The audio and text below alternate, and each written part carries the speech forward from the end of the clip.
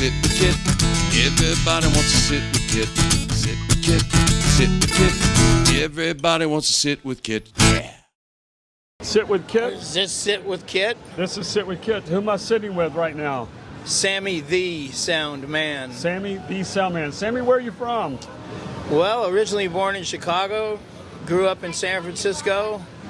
How long have you been in Key West? Lived in Alaska for 5 years. Oh, wow.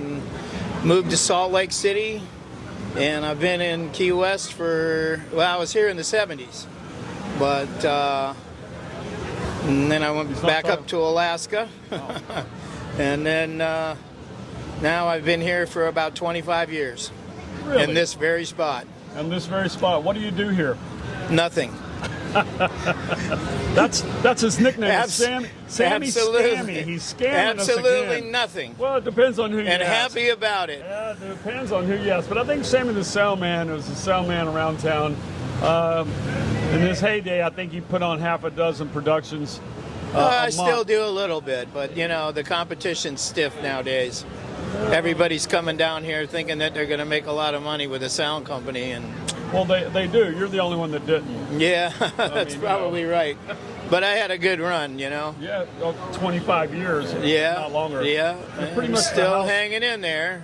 Still hanging in there. What's your big event that you do? What's the last big event you did? Well, I do Goombay Festival still. I do. That was 2 weeks ago. The judges stand for Fantasy Fest Parade. Oh, nice. I got a couple events coming up here in the next couple of weeks for Christmas at the amphitheater. Nice.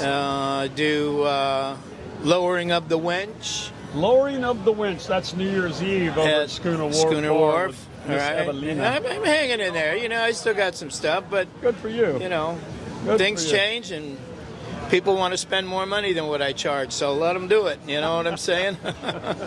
Sometimes you just got to up the price. Just got to roll with the punches, that's all. That's true, too. So do you remember your first night when you moved here 25 years ago? Where did you go? My first night, I slept in my car the first night. And then I was looking for my friend, Big Mike, who used to be the world's largest bartender at Barefoot Bob's. I remember that. It took me about 3 days to find him. And other than that, I didn't do a whole lot when I first got back, except for I knew he was down here, so he didn't tell me where he was working. So it didn't take me long to find him because he's a big guy, you know. He was a big guy, and he bartended there for quite some time. Yeah, he was everybody called him the world's largest bartender. That was his moniker. Yeah. I remember that. So what else? What you got going on tonight? Nothing. I just came down to check out the Gravy Wrestling and make sure that everything's working for that. Are you doing sound for that? No, I'm just making sure it works for that. Works? Yeah. He was literally riding by on his scooter and saw me sitting here and decided to pop in and talk to me, which is very nice. I wanted to sit with Kit. It's been a while since I've been able to sit with Kit. It has been a minute. So what's the thing that you're most famous for? What do you think's the thing that you're the most... In Key West? Anywhere. In your life, what's the thing that's been the most epic? I don't know. I've been around doing a few things here and there, and I worked for some big rock bands in my time. And, who's the biggest you worked with? Well, probably Warrant. Warrant? I worked for Warrant. She's my cherry pie. Yep. Was their big one. Classic. Worked for them for a while, and just mostly I worked in Vegas for a little bit, and then I worked at some casinos and just some stuff, you know. Yeah. And then I just happened to come here on a cruise ship one day and stop in here, and I noticed that nothing was working. So in need of a soundman. I talked to this guy named Mark Rossi, who was sitting at the end of the bar, and I asked him if he needed any help here fixing stuff. And he looked at me with this look that I can't even describe, and he said, "Yeah, I need somebody to help me out." And the rest is history. That was like 25 years ago. You know, just come down for the weekend 25 years ago. Yeah, you don't need a place to stay in your car.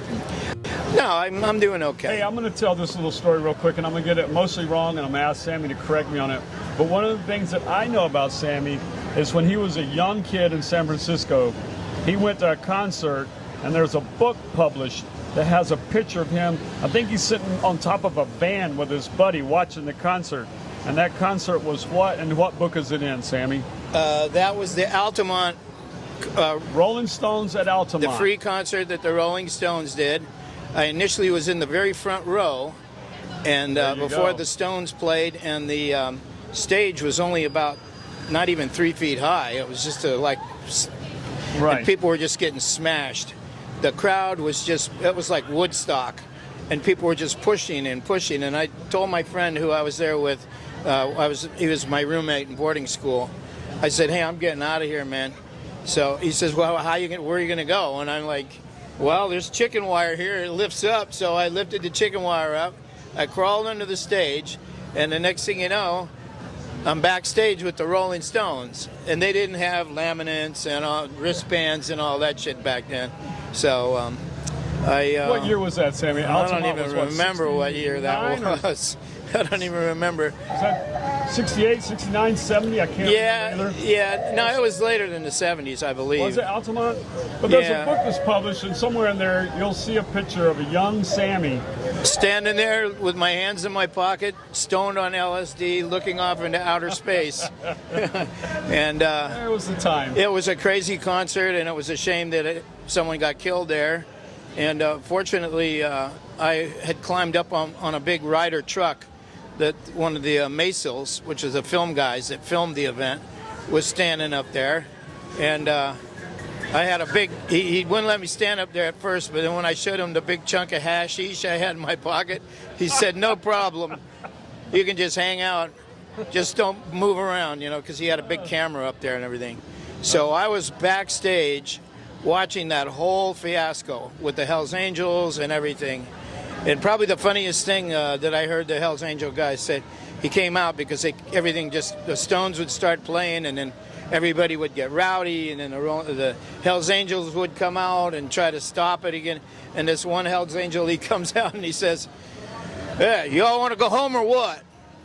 Yeah. To like 10 million people. "Y'all want to go home or what?" But it was a good concert. Unfortunately, the Stones only did about 2 or 3 songs before it just got too violent, and the guy got killed in the front row, and that was it pretty much for that. So, well, Sammy, that's a tale that only you could tell. Not many people are. I was there those days. Much less were there. Probably the only big festival that I didn't go to was Woodstock. That's all the other ones I pretty much made it to. That's a pretty epic tale of being backstage and the whole thing. I climbed out from under the stage, and the Stones were all standing around in a little corner there talking to some people, and no one even asked me, "Hey, who are you?" I just hung out and ended up climbing up on a truck with these guys and watched the whole thing from there. It was a different time. Yeah, it was a good time. It was the days of LSD. Well, and as I said, don't do the brown acid. Yeah. Don't do that. No. Well, anyway, Sammy, thanks for sitting down and talking to me. I appreciate your time. All right. You're parked in a no parking zone. Yeah, I got my eye on it. So let me just ask you one last question before you leave. You ready? Yeah. If you were a piece of pizza, what kind of pizza would you be? I would be an Angelina's Johnny D well done slice. Wow. Early in the morning. Cold out of the fridge. Oh, a cold one out of the fridge.